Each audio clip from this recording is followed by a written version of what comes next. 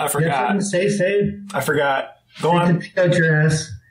Yeah, I know it's been actually today was not bad. Like I kind of like I won't give the name of the person, but kind of somebody that I look up to was like not interested in something, but some other good things came about it. Got some bigger names that gave the show a like, and yeah. So, but I thought it was a productive day. I know I'm kind of speaking in code, but like promotion wise for our little podcast, it was a pretty good day. I started with low confidence, but by the time the show came rolling around, I was at a pretty high confidence level for our little podcast.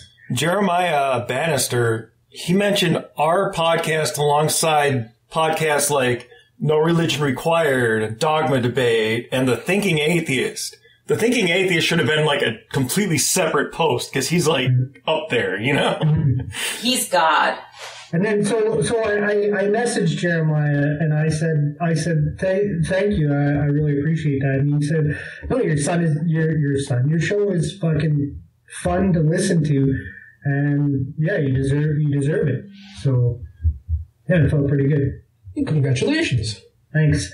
Can we just like talk to Shujin for like a couple minutes? Because he is like he said, he's multifaceted, and it is just like fascinating. Like, because other than the furry stuff, what else are you into? You're into like cosplay and stuff like that?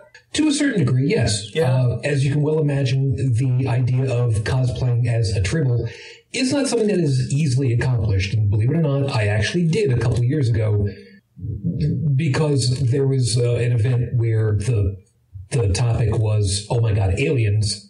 And I thought, okay, what's more alien than a round furry thing with eyes and no arms, no legs, no ears, and no tail? A Klingon? How about this? I actually have a question. What is the basis of the furry community? And this is something that I'm actually asking honestly. Where did that come from? How did it develop? I mean, I can understand people expressing themselves however they must, but what the hell happened? Where did that all come from? Do you know that history? Sort of, to a certain degree. There's a couple of pieces.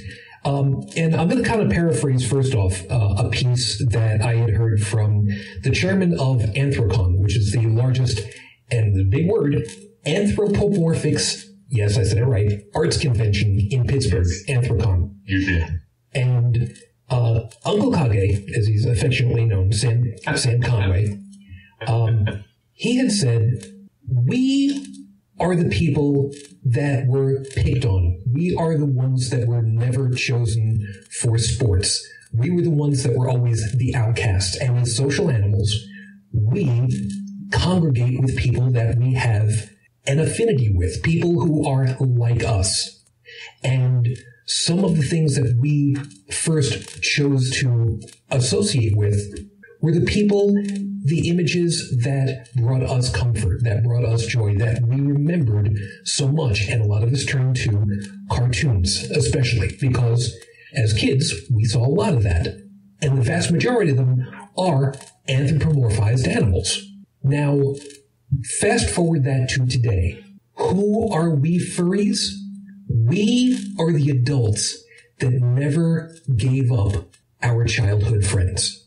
Can I ask you a question about it? Is the furry a sexual thing? This is a question that happens time and time and time and time and time again. So I was kind of expecting that sooner or later this would come. We didn't mean any offense by it. Well, I like it's the first time I've ever talked to somebody that is part of the furry culture. Before you answer, Shujin, I would like to say I know I would like to say the answer is both. Am I not right in saying that it can be or cannot be? The answer is yes, with a caveat.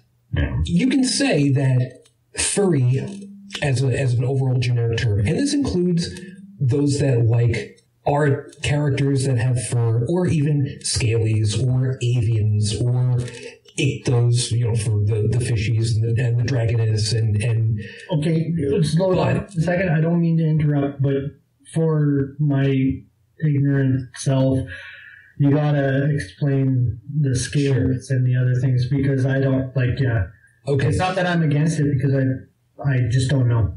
No, that's fine. In this case, furry is an overall generic term, but it can also be used to refer to people who have an affinity for characters that have fur, primarily. You would have a scaly, who would be someone who has a much more higher affinity for characters or animals that have scales, lizards and reptiles and the such. Ichthos would be referencing to fish, for instance. Avian, well, that's kind of fairly generic, although sometimes it can also go into things like griffins, who are imaginary, of course, but getting back to the sexual side of it, is there an aspect? Well, yes, there is. However, this is not any much different than any other culture. As a matter of fact, in human culture, we dress up for sex a lot. How many times have you gone ahead and said, I can't go ahead and buy this French maid's outfit, they never make it in my size? You're saying the fetishization of human sexualization is the same thing as being a furry versus being the French maid kind of deal, right? With a big caveat in this, which is yes. Okay, the big caveat is, try to imagine having sex while wrapped up on the inside of a couch. I don't think most people would really find that to be an entertaining endeavor. Do some people? Some people like to have their skin set on fire, and I'm not going to take that away from them. I would like to say, Shujin, as a adolescent in boredom, I actually did have sex with the folds of my parents' couch. Me too. Of course you did. Holy shit, me too. Wait a minute. Shujin, I want to interject here. So the image that we're given from shows like CSI that had the furry convention episode on it, and other just media displays of what the furry culture is that they try to put the sexual proponent of the furry culture at the front, like they have, the people have a sexual animal fetish instead of just wanting to portray themselves as the animal. Right? Is that the way it's been portrayed? Yes. I feel that's the way that it's been portrayed in the media. Like, I was listening to another podcast just yesterday that was talking about the furry culture, and this is a podcast that gets 2 million downloads a month, and that's basically the way that they were. Now, obviously, they're ignorant of it, and they don't know, and admittedly, they both said that they didn't know anybody that was part of the furry culture, but because of the way that the media presents the furry culture to people like me and to like the people that were speaking in that podcast, we automatically assumed it was sexual. And I until I spoke to you, I thought that the fetish was the sexuality portion of it was at the forefront, not kind of like a second tier of it. Yeah, you've enlightened me on that for sure. Yeah, and just to finish on that clarification, as far as to doing it between the couch cushions and such, I'm not talking about that. I'm talking about if you are actually physically on the inside of the couch, wearing it like it was a second skin. Yeah, but Johnny's a jackass. Yeah, and that's fine. And by the way, Shujin, I was just being funny just because I'm a jackass and I have no idea what the fuck I'm actually saying from moment to moment. And I got no problem with that at all. One of the great things that I have always wanted to do, I always wanted to be a teacher. Even though I didn't graduate from college, even though I didn't get to be a musician or a music teacher, I still like to think that in my own way, I am teaching various different things. I mean, that's part of the reason why with my show in particular, I've got as many different voices and as many different perspectives as possible to learn as much as possible. So I got no problem with that. And if people want to have a good laugh about it at first, no worries. Within friends, yes, it's perfectly acceptable. It's whenever, people actually are being harmful, and that's, in my opinion, that's the dividing line between being, between friends and being just a complete jackass. Sure. And I have no problem with anybody that wants to have a good laugh at first, because just like with every other debate that ends up getting heated, you end up talking for the people that are listening on the sidelines, even if you're not going to change somebody else's perspective. Plus, now look at it this way. You can now actually say, not only did I meet somebody who is an atheist, a fellow podcaster, who admits to being a furry, who admits to being a brony, who admits to a lot of other stuff, is not going to take offense to people who say, I don't know, explain it to me. Okay, that is not something we can just gloss over. I totally forgot about that. I need to know. I'm not making fun of you. I'm not, Nope. and I'm not. I need to know. I need to know. What is it about fucking My Little Pony, man? I don't understand. I didn't want to like the show. I really didn't. I saw everybody talking about it and raving about it. I'm just like, you know what? I knew this back in the 80s when I was a kid. This was crap then. I can't for the life of me believe that it's any good. Fine. I gave goddamn Knight Riders Reboot 2 episodes. It sucked. I gave Battlestar Galactica, the pilot, a try. I couldn't get past the premise. Fuck it, no way. I even looked at the premise for the new Star Trek reboot and I said, you know what? No, this is crap. Why the hell would I? Okay, fine. I'll watch an episode. And the music part of it caught my attention. And I was really not surprised. I was really not expecting that. I heard things. I saw things that were being done animation-wise, references that were being made. And I thought to myself, okay, wait a minute.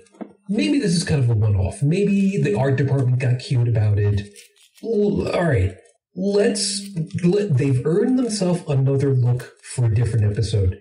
And it became more and more and more and more. There were references. There was a direct homage to The Music Man. Remember the old The Music Man with Rex Harrison, and he did this whole big thing about you got trouble here in the city, and it starts with a T and it rhymes with P, and that stands for pool. They did a direct rip off of that, and I'm looking at this and I'm going, holy shit!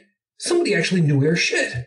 There were references to Batman, the animated series, Darkwing Duck. There were references to Gone with the Wind, to stuff that kids are not going to catch. And that's when it dawned on me, these guys are not writing a kids show. They're writing a show. Yeah, but I would say, Shujin, that all cartoons, like I have two sons, and I'll admit it, I'm a comic geek. Not like a full on, like I go to the comic book store every week, but like I watch all the Batman cartoons. I watch the movies. I watch the Avenger cartoon movies, Spider-Man, all that. All of the dialect in those cartoons are written for adults. Like, take this one, for instance. So it's Justice League, the movie's called War. And Wonder Woman is in a limousine. She's with a politician. She's riding up to the White House. And there's protesters outside, and they're protesting something. And she gets out of the limousine, and she realizes that they're protesting her. So there's one guy that's on the megaphone, and he's the loudest, and he's calling her a whore, and he's saying the way that she dresses up, she's a slut, she's a whore. And she turns to him and she says, "That's not your truth, my friend." And he kind of looks at her, and she has a lasso of truth, and she lassos him, and his truth is, he says, "I like to dress up like Wonder Woman because it makes me feel powerful." So she says, "My costume makes me feel powerful too. Carry on with feeling powerful." So that is not written for a child. So I could see how My Little Pony, in the same way, they would think that an adult would be watching it with their child. And You wouldn't want the adult to be completely bored, right? True, but what